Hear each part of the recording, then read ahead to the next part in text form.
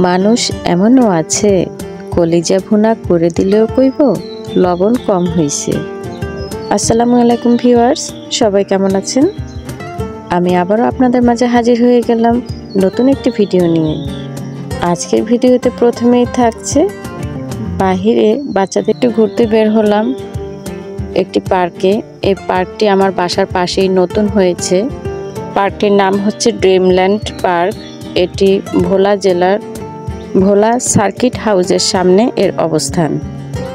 তো ভালোই হলো, বাচ্চাদেরকে নিয়ে মাঝে মাঝে পার্কটিতে যাওয়া যাবে। এটি আমার বাসা থেকে একদমই কাছে। বাচ্চারা সারাদিন বাসার মধ্যে থেকে একদমই একঘেয়েমি হয়ে যায় মোবাইল, ল্যাপটপ এগুলাতে। বাচ্চাদের যদি কোনো ফটো তুলতে যায় তখন বাচ্চারা স্থিরভাবে খুব কম থাকে।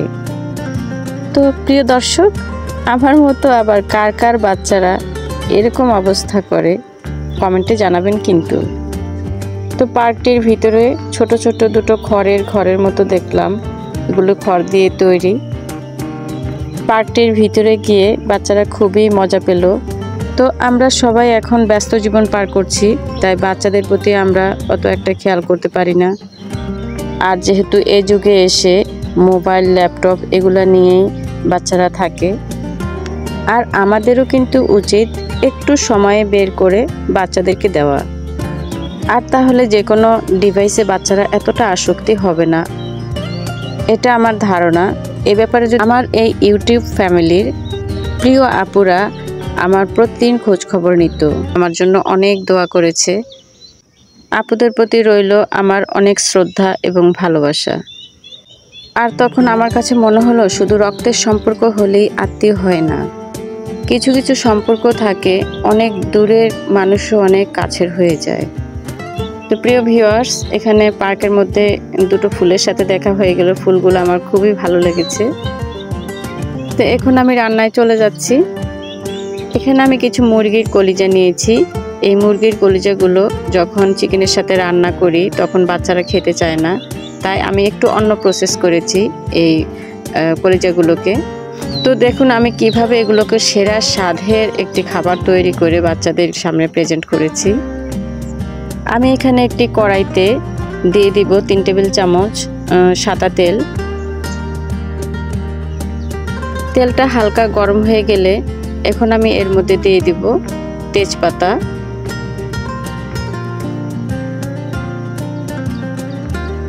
দিয়ে দিব এলাচ। আমি এখানে 3টে এলাচ দিয়েছি, মুখ ফাটিয়ে দিয়েছি এলাচের। আর দারচিনি দিয়ে দিলাম 4 টুকরো। তো আমি হালকা ভেজে নেব, সুন্দর একটা স্মেল বের হওয়া পর্যন্ত একটু হালকা ভেজে নেব। আমি যখন চিকেন রান্না করতাম তখন আমি কলিজা আর গিলাগুলোকে আলাদা করে রেখে দিতাম। আর কলিজাগুলোকে আমি ছোট ছোট করে কেটে ভালো করে ধুয়ে পরিষ্কার করে একটু ভাপ দিয়ে পানিটা ফেলে দিয়েছি। তো এখন আমি দিয়ে দিব 2 টেবিল চামচ পেঁয়াজ বাটা আর 1 চা চামচ রসুন বাটা, 1 চা চামচ আদা বাটা। এগুলো একটু ভালো করে তেলের মধ্যে আমি হালকা ভেজে নেব। তো কাঁচা গন্ধটা দূর হওয়া পর্যন্ত আমি এভাবে একটু ভেজে নেব।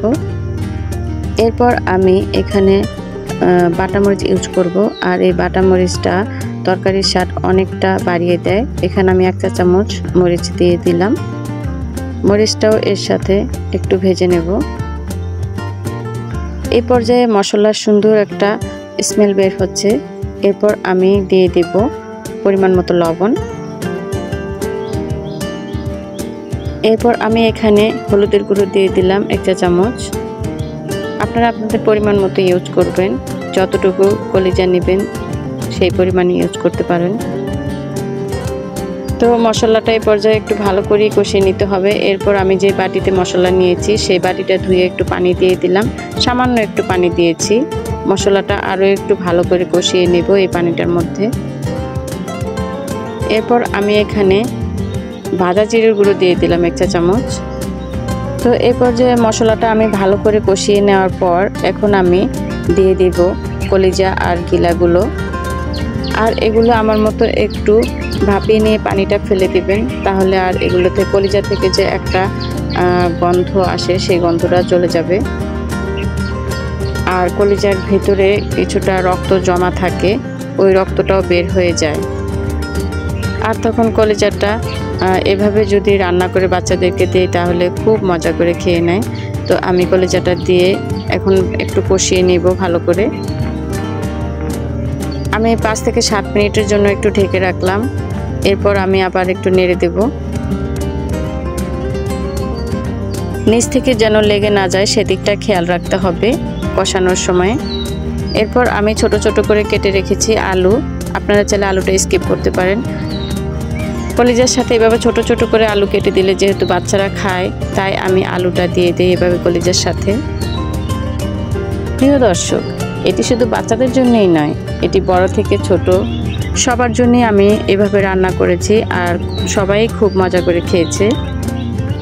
আর তখনই আমার ভিউয়ার্সদের কথা মনে পড়লো, তাই আমি ভিউয়ার্সদের সাথে একটু শেয়ার করলাম।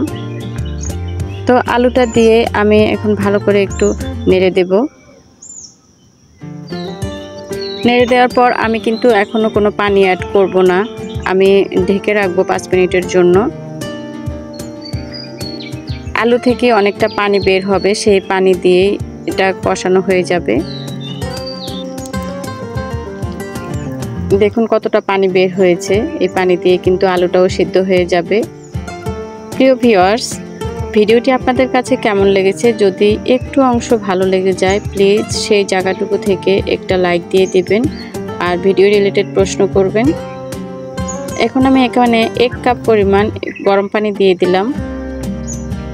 আর এখানে চেষ্টা করবেন একটু গরম পানিটাই ইউজ করতে। আমি তেজপাতা মশলাগুলো উপর থেকে উঠিয়ে ফেলছি যেহেতু এগুলি খাওয়ার সময় ডিস্টার্ব হয়। আর বিশেষ করে বাচ্চাদের বাবার খুবই অপছন্দ এগুলো যদি খাওয়ার সময় প্লেটে থাকে। আর সবচেয়ে মজার কথা হলো আমি যদি একটা মশলা দিই সেই মশলাটাই ওনার প্লেটে চলে যাবে। আমার মতো এরকম কার কার হয় প্রিয় দর্শক, আপনারা কিন্তু জানাবেন। তো কথা বলতে বলতে আমার কলিজা রান্নাটা একদম পারফেক্ট হয়ে গেছে। তো এইভাবে কলিজা ভুনা করে সবাইকে খাওয়াবেন, তাহলে আর কেউ বলতে পারবে না লবণ কম হয়েছে। অবশ্যই এই প্রসেসটি ফলো করবেন, আশা করি ইনশাল্লাহ অনেক ভালো লাগবে। আজকের মতো এখানে বিদায় নিচ্ছি। সবাই অনেক বেশি ভালো থাকবেন, সুস্থ থাকবেন, আমারও আমার পরিবারের জন্য দোয়া করবেন। আল্লাহ হাফেজ, আসসালামু আলাইকুম।